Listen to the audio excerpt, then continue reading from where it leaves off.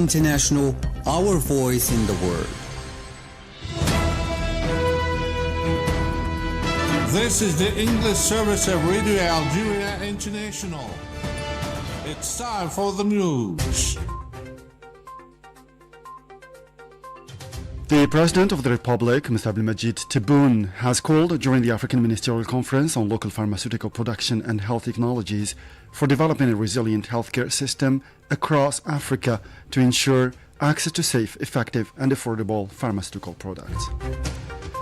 The 49th Conference of the European Coordination for Support and Solidarity with the Sahrawi People, UCOCO, kicked off today in the French capital, Paris, with the aim to reiterate solidarity with the oppressed Sahrawi people determined to continue their struggle for self-determination and independence. And the non-governmental organization Amnesty International has said that the genocide committed by the Zionist entity against the Palestinian people in the Gaza Strip continues unabated despite the case or the ceasefire in force since last October 10.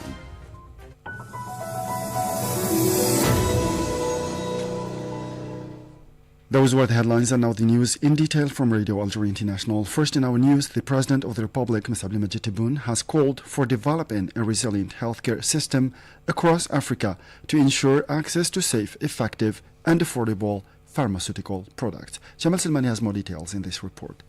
In a message read on his behalf by Prime Minister Sifi Gharieb at the African Ministerial Conference on Local Pharmaceutical Production and Health Technologies held at the Abdel Latif Rahal Conference Center here in Algiers, the President of the Republic emphasized that the conference seeks to strengthen the continent's pharmaceutical industry and promote equitable access to medicines and vaccines for all. The organization of this conference in Algeria, in coordination with the World Health Organization, aims to strengthen pharmaceutical industries in Africa to ensure equitable access to medicines and vaccines for all the peoples of the continent through resilient health systems and the ability to access safe, effective and affordable pharmaceutical products. President Tebboune highlighted on the occasion that the hosting by Algeria of this important African conference on local pharmaceutical production came following the selection by the World Health Organization of Algeria, considering the significant progress it has achieved in the pharmaceutical industry. You are meeting today at this African Ministerial Conference on Local Production of Medicines and Other Health Technologies, hosted by Algeria, following its selection by the World Health Organization based on several considerations, foremost among which the achievements and reforms accomplished in Algeria's pharmaceutical industry and the qualitative leap this sector is witnessing. Algeria possesses more than one-third of the pharmaceutical manufacturers on the African continent. Out of 649 factories in Africa, around 230 are located in Algeria, in addition to more than 100 new projects currently underway. The President of the Republic stated in the same connection that Algeria made of pharmaceutical industry a strategic and national priority to enhance health security while boosting locally produced medicines to cover more than 80% of the national demand. Algeria has chosen to make the pharmaceutical industry a strategic sector and a national priority in the pursuit of health security. Since 2020, it has dedicated an autonomous ministry to this sector, working to implement deep structural reforms that include developing the regulatory framework, facilitating investment, and encouraging companies, in addition to supporting research and development, thus increasing the rate of national coverage by locally produced medicines to more than 80%. Along with a growing trend towards exporting to African markets. Meanwhile, the Director General of the World Health Organization, Tedros Adhanom Ghebreyesus, affirmed that Algeria is a model at both the African and global levels in the pharmaceutical sector, expressing hope that African countries would benefit from Algeria's pioneering experience in this field.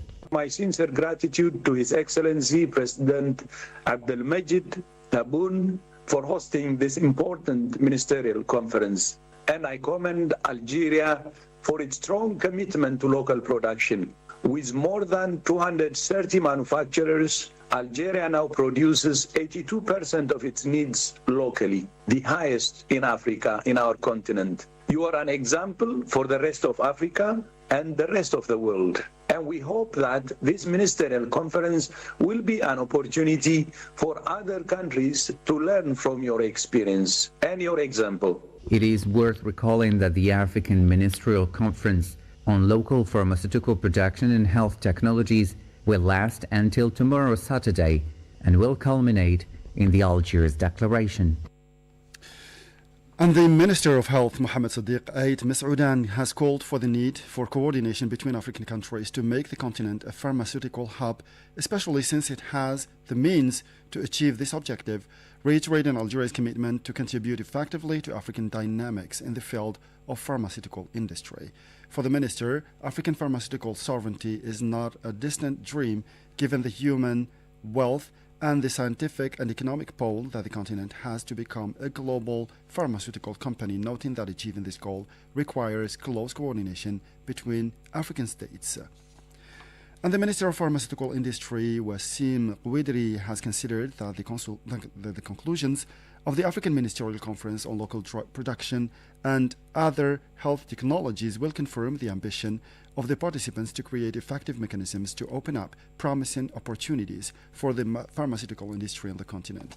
The minister was speaking at the opening of the African Ministerial Conference on Local Production of Medicines and Other Health Technologies, organized under the high patronage of the President of the Republic from the 27th to the 29th of the current month, in coordination between the Ministries of Pharmaceutical and Health Industry and in collaboration with the World Health Organization, WHO. Algeria has hosted the 13th meeting of the Council of Defense Ministers and the 14th meeting of the Committee of Chiefs of Staff of the Armed Forces of the member countries of the North African Regional Capacity, namely Algeria, Egypt, Libya, Mauritania, and the Sahrawi Arab Democratic Republic, according to a statement from the Ministry of National Defense. The agenda for these meetings focused on assessing the North African regional capacities activities for 2025, as well as examining the means and mechanisms for developing its components with a view to strengthening coordination between member countries in the face of threats to the security and stability of the region. The Minister of Energy and Renewable Energies, Mourad Adjel, has chaired in Algiers a preparatory meeting ahead of the proceedings of the meeting of the Algerian-Tunisian Joint Commission for the Development of Border Areas and the examining of files relating to the energy and renewable energy sectors on the agenda for the Commission meeting, said a statement from the Ministry. The meeting took place at the headquarters of the Ministry in the presence of a number of senior executives and officials in charge of the files. The Speaker of the Pan-African Parliament, PAP, Fortune Charumbira, has arrived in Algiers accompanied by a delegation for an official visit as part of the cooperation between the Algerian and Pan-African parliaments, according to a statement from the Council of the Nation. This visit is part of the strengthening of cooperation between the Algerian and Pan-African parliaments in the service of common objectives and the coordination of efforts to address the major challenges facing the continent, the same source added. The Secretary General of the Ministry of Foreign Affairs, the National Community Abroad, and African Affairs, Lunas Magraman, has co-chaired in Santiago with the Undersecretary for Foreign Affairs of the Republic of Chile, Ms. Gloria de la Fuente, the 6th session of the Algerian-Chilean political consultations, according to a statement from the ministry. The meeting provided an opportunity to take stock of bilateral relations between the two countries and examine ways of strengthening them at all levels, notably in the economic and commercial spheres, so as to reflect the political available or the potential available to both countries.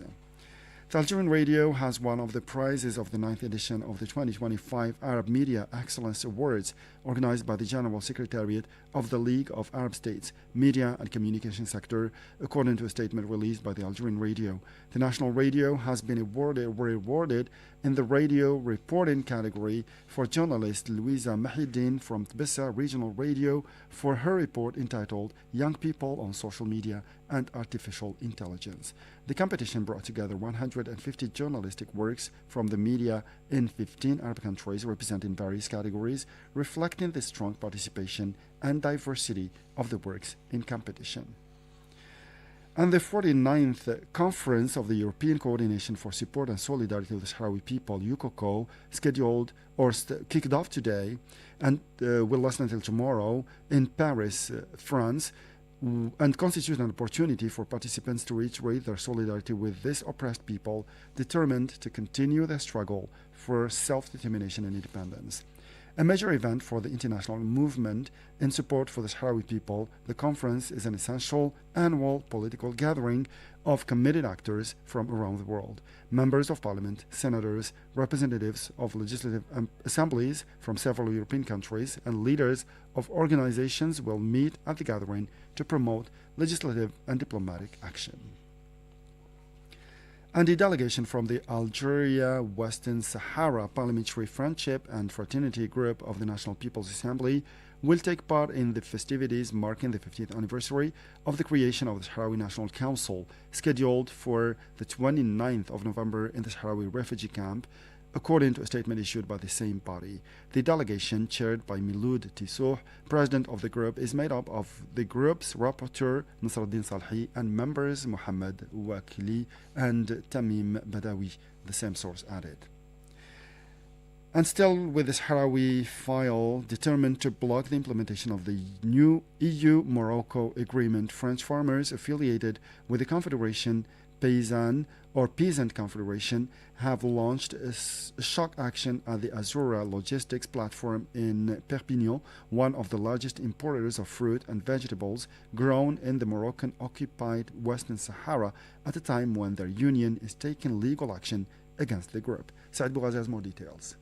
In an unprecedented escalation of mobilization by French farmers, around 60 members of the Confédération Paysanne, France's main agricultural union, stormed and blocked the Azura logistics platform in Perpignan on Wednesday, disrupting operations at one of the main entry points into the EU for fruit and vegetables from occupied Western Sahara. According to the French daily newspaper L'Indépendant, around 60 farmers from the Confederation broke into the company's premises with the aim of recovering cherry tomato packaging. Forcibly removed from the company's premises, the farmers then gathered in front of Azura's main entrances, blocking the unloading of goods from lorries. This farmers' union is mobilizing against the new EU-Morocco agreement, which it claims was negotiated in secret by the European Commission, and is showing solidarity with the Sahrawi people from whom the tomatoes actually originate. This action aims to denounce the unfair competition faced by producers in the European Union and the violation of the rights of the Sahrawi people, explains the Confédération Paysanne in a press release. The Confederation has also decided to continue its fight by suing the Azura Group and the Maraissa company in French civil court for tax fraud on import taxes. The EU-Morocco Free Trade Agreement includes the occupied territories of Western Sahara, whose resources are being plundered by multinational companies without any economic benefits for the Sahrawi people, the agricultural union lamented, even claiming that these companies illegally export products labeled Morocco when they actually come from Western Sahara. To the Middle East now, where the non-governmental organization Amnesty International has said that the genocide of the Palestinians or perpetrated by the Zionist entity against the Palestinian people in the Gaza Strip continues unabated despite the ceasefire in force since October 10. Saad Bougazi has more details again. Despite the ceasefire, the Zionist entity severely restricts entry of food aid and the restoration of essential services for the survival of the civilian population, Amnesty International said in a report, citing numerous testimonies from the inhabitants of the besieged Palestinian enclave and several studies including the United Nations. Providing limited assistance to a few does not mean that the genocide has ended or that the intention of the Zionist entity has changed, as the text in reference to the humanitarian aid entering the Gaza Strip in recent weeks. The document also cites the forced displacement of populations and inadequacies in the authorization of medical evacuations as further evidence, according to the NGO, that a genocide is underway in Gaza. The Palestinian enclave has been ravaged by Zionist aggression since October 7, 2023. The ceasefire risks creating the dangerous illusion of a return to normal life for the people who live in Gaza, notes Agnès Calamar, Secretary General of Amnesty International, in the statement accompanying the report. The world must not be fooled, she added, saying that the genocide perpetrated by the Zionist entity has not ended. The non-governmental organization has accused the Zionist entity of committing a genocide in Gaza. That's the end of this news bulletin. Time now for our weekly program, special program by our colleague Mas'ud Sharfi, devoted to Sudan, to this situation in Sudan. As for me, I'll meet you again tomorrow for a fresh edition of our news bulletin. Thank you and goodbye.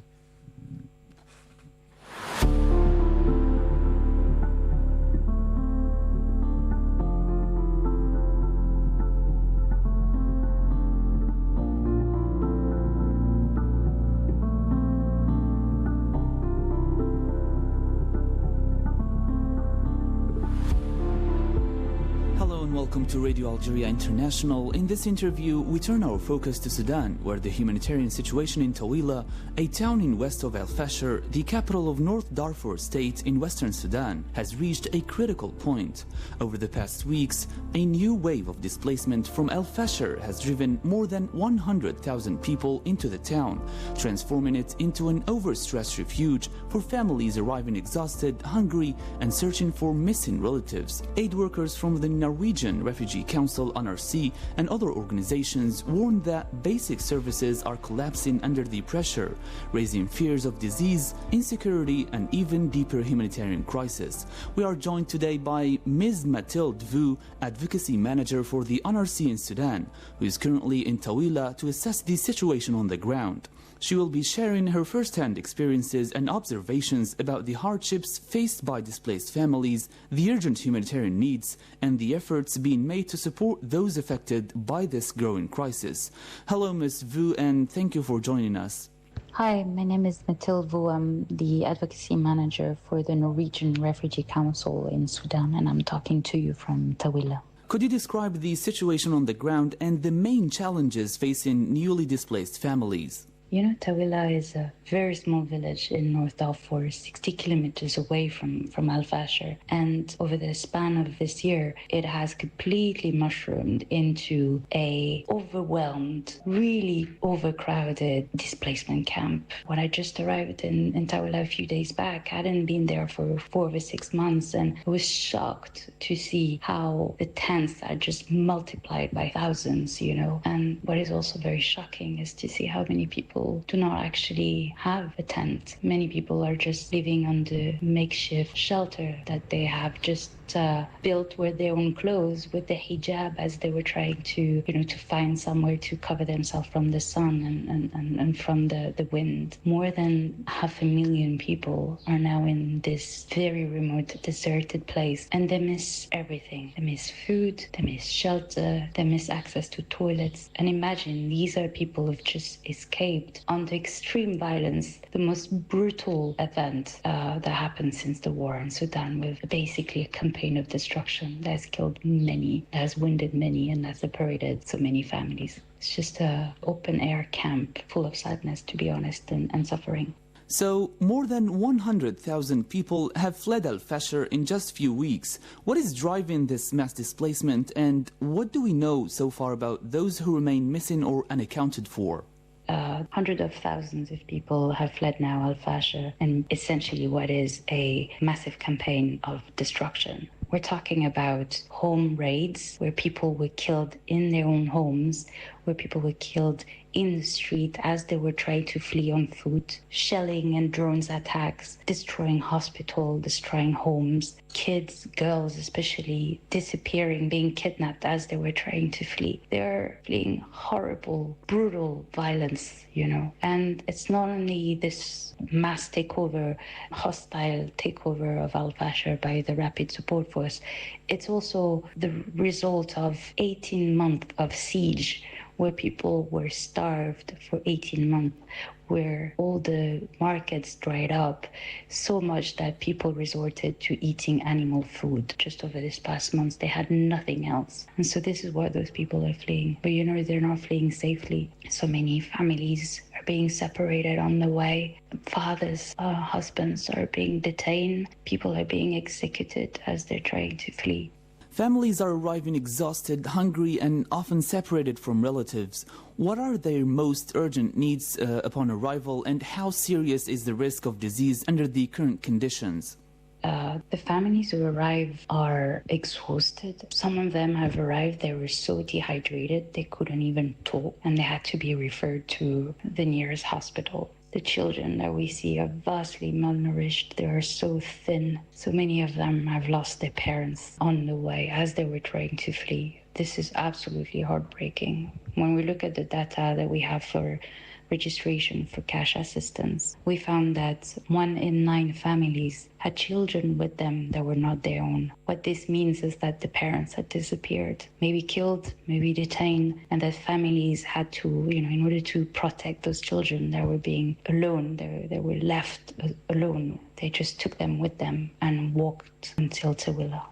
And people need everything. They arrive with only the clothes on their back. They haven't eaten for days. Some of them haven't had a proper meal for months. They need food, they need clean water, they need shelter. Many of them are injured, and the level of trauma that they are experiencing is very high. They need psychological support, they need protection, they need everything. Every basic things to survive is missing right now for them.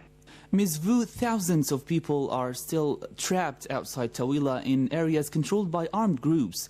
What do we know about their situation, and what is preventing aid organizations from reaching them?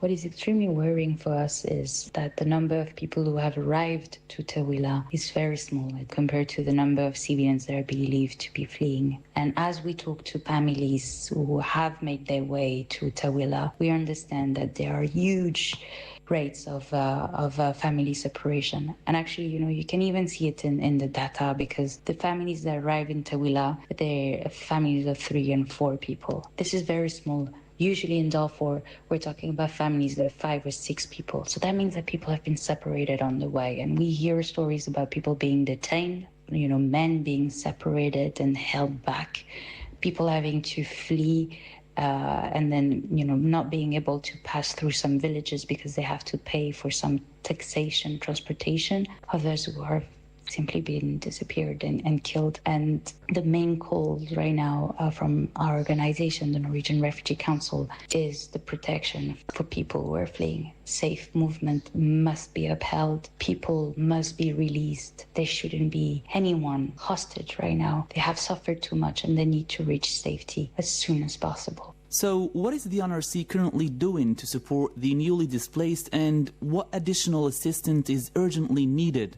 to prevent the situation from deteriorating further? Right now, the Norwegian Refugee Council is working with local responders to provide meals for those who have arrived. So we are supporting a number of communal kitchens across the camps. We have also distributed cash assistance for 2,000 people, and the cash is helping them to buy, what they feel they need the most. Some of them buy food, some of them buy clothes, some of them buy medicine, or for the ones who are sick. We are also providing psychological support and sort of like educational psychological support in the schools for the new arrival. And this is really heartbreaking to see, for example, that when we try to engage with the children who just arrived and we try to play games with them and breathing exercise, etc., and giving them paper and pen to draw, they draw guns, they draw dead people, they don't smile, they don't laugh. They are extremely traumatized, and it takes them days and days to start smiling or even, engaging with the games. And I'll have to say,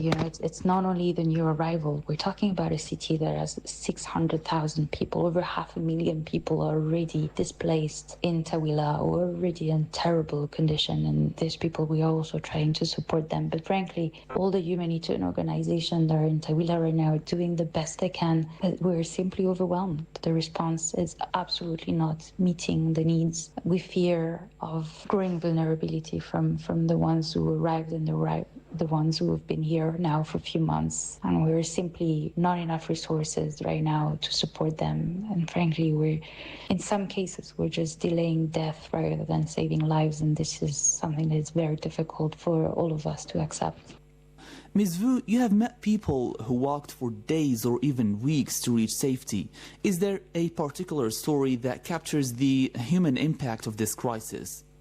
I have the story of this woman who was fleeing, running, and her husband were running just behind her with her child on his shoulder. And then at some point she turned back and the husband had disappeared, and so was the children. And she arrived in Tawila, and she still doesn't know where they are. We don't know where they are. And there are so many people like that, so many stories like this of people, disappearing in the chaos, or being detained, or being attacked and tortured as they were trying to flee. Every story that we hear here in Tawila is heartbreaking. This child who's not older than 8-year-old, his mother killed in front of his eyes, in Al-Fashir, as he was starving and he couldn't even feed himself anymore because he didn't have any family left. He decided to flee Al-Fashir alone. He was picked up by a truck in the no man's land between Al-Fashir and Tawila and was brought here. And in Tawila, he knew no one, did not know what to do. And he basically was going from tent to tent every night to try and find a family who could, host him for the night. It was very heartbreaking to see. We were able to help him and give him cash, but, he's still an 8-year-old without a family in a big displacement camp. Another woman who we talked to, she still had the mark of torture on her face and the terror in her eyes as she was explaining that she had been whipped as she was trying to flee. And she didn't have enough money to reach Tawila. She was stuck in one of those villages without any assistance, and she just had to stay there until she could find some money and flee towards Tawila. Another injured man, took 18 days to cross the no man's land between Al-Fashir and Tawila, trying to avoid armed men and looting and extortion and execution. And this one, he arrived in Tawila, and he met his wife that he didn't know was still alive. In the midst of such difficult circumstances, what gives you hope for the future of these communities? It's very difficult to find hope in Sudan at the moment, especially as the warring parties continue to wage this war, and especially as international humanitarian law continues to be disregarded. One thing that brings me hope, and I think brings hope to everyone right now, are the takayas, which are the volunteers in Sudan who stepped up and saved lives where nobody could. Right now in Tawila, they are delivering food, they are doing communal kitchen all across North Darfur, actually feeding the people who fled Al-Fashir. Many of them are doing this, risking their own lives, and these are really the heroes of Sudan. To be very frank with you, Sudanese that I talk to tell me that they've been neglected and abandoned by the world, and I think they are right. We really need the international community to step up and to engage with the warring parties and their backers to make sure that civilians are protected and that humanitarian assistance reach the people in need as soon as possible. We need the UN Security Council, we need the African Union, we need member states at very high level to step up and finally say that after 2.5 years of war, this must stop now. Ms. Vu, thank you very much for sharing these valuable insights from Tawila during such a challenging time. Your testimony highlights the urgency of the situation and the immense needs of families who have fled unimaginable hardship. We also extend our appreciation to the Norwegian Refugee Council for its continued efforts to assist displaced communities across Sudan. And to our listeners, thank you for joining us. Stay tuned to Radio Algeria International.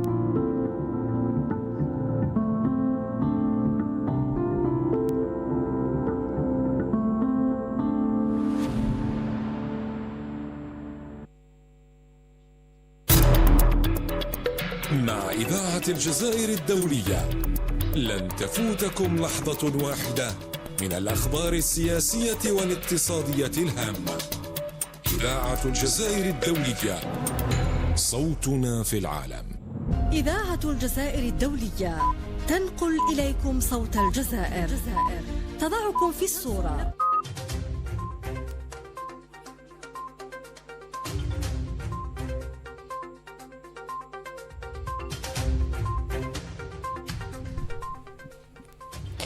Señoras, señores, cordiales saludos a todos. En la actualidad de hoy, Conferencia Ministerial Africana sobre la producción de medicamentos. Argelia lidera el esfuerzo continental por una industria farmacéutica fuerte y autosuficiente. El jefe de la OMS, cuanto a él, califica a Argelia de ejemplo para seguir. Sahara Occidental, la 49ª conferencia de la EUCOCO se abre hoy en París para promover acciones a favor de la lucha del pueblo saharaui. En Gaza continúan las violaciones de alto al fuego por parte del ocupante sionista ocasionado a varios mártires en las últimas 24 horas. Amnistía Internacional advierte que el genocidio no ha cesado.